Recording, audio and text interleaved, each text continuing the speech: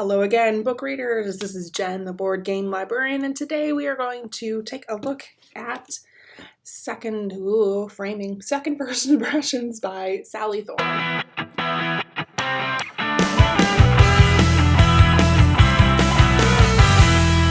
Second First Impressions is Sally Thorne's latest book, published in 2020, and this is her third book.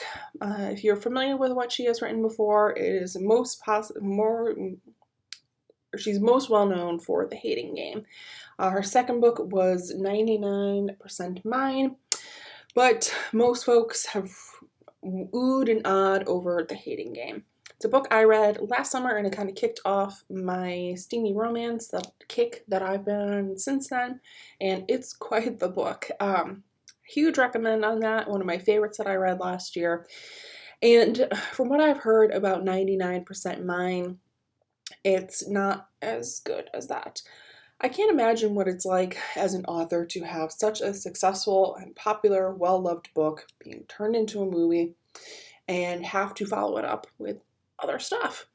The Hating Game was immensely steamy, lots of tension, great chemistry, funny, realistic situations, and now we have Second First Impressions.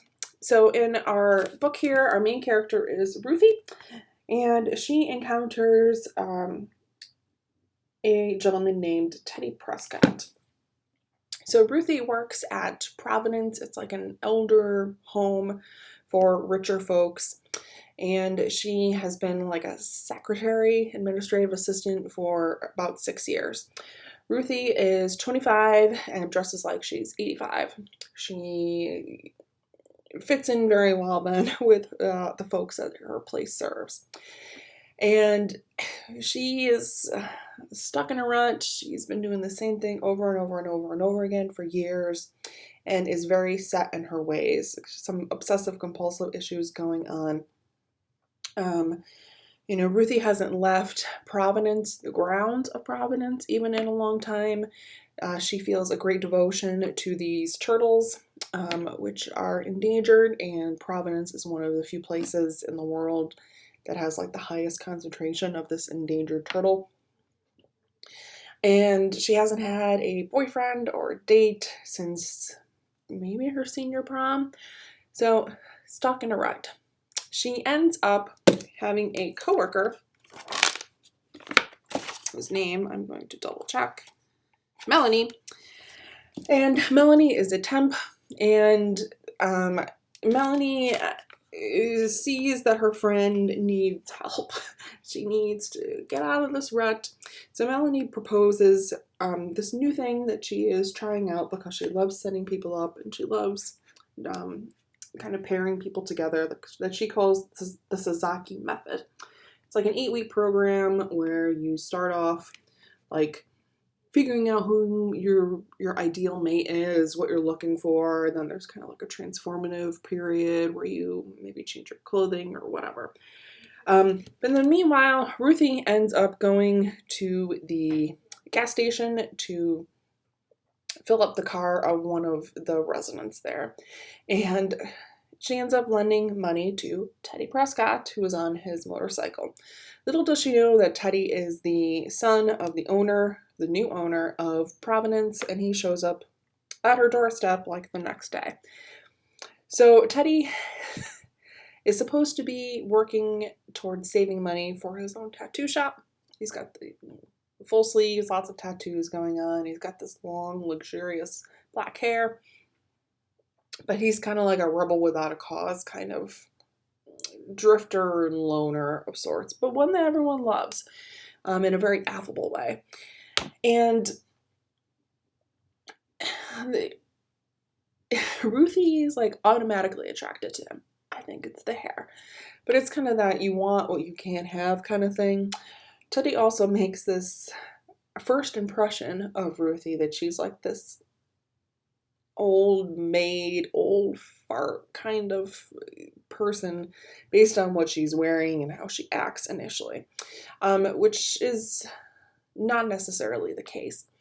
Ruthie, again, has had something very traumatic happen to her in her life, and she has a lot of scars from it, and her parents weren't helpful at all or supportive at all in helping her heal from this incident that happened. They kind of blame her, very unfairly.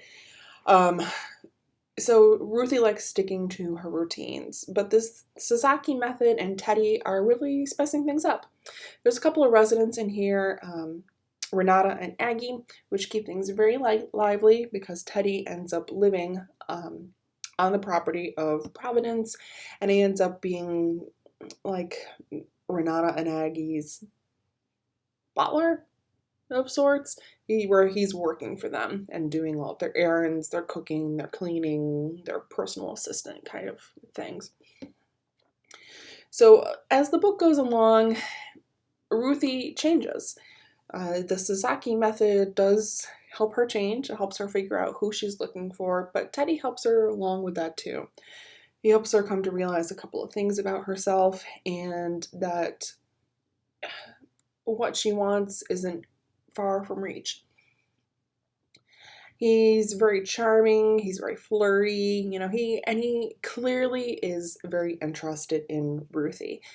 But Teddy has a history of dating someone and then dumping them very quickly, and everyone is warning Ruthie to not get involved with him. He's not a permanent solution for what she's looking.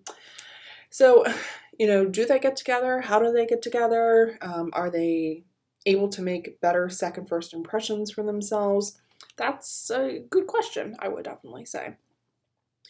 I did not like this as much as The Hating Game. It's well written. It's not as snappy or funny as The Hating Game. And the chemistry between the two main characters is fine. I don't have any problem with that. She definitely tones down the steam factor in this book, which was slightly disappointing. The steamy scene that comes along towards the end of the book is very sweet. It's very charming and sweet, which kind of fits along with the whole tone of the book. The whole tone of the book is very sweet and charming. It's somewhat an innocuous book. I don't know if it's one that will end up on a lot of lists, but a definite summer beach read, which is what I ended up doing with this book. I brought it on vacation to the beach. A great way to kind of somewhat mindlessly pass the time. Have you read any of Sally Thorne's books? Did you read this one yet? How did you like it compared to The Hating Game? Such kind of a iconic book in more recent romances. I would love to know what you think, and we'll catch you next time.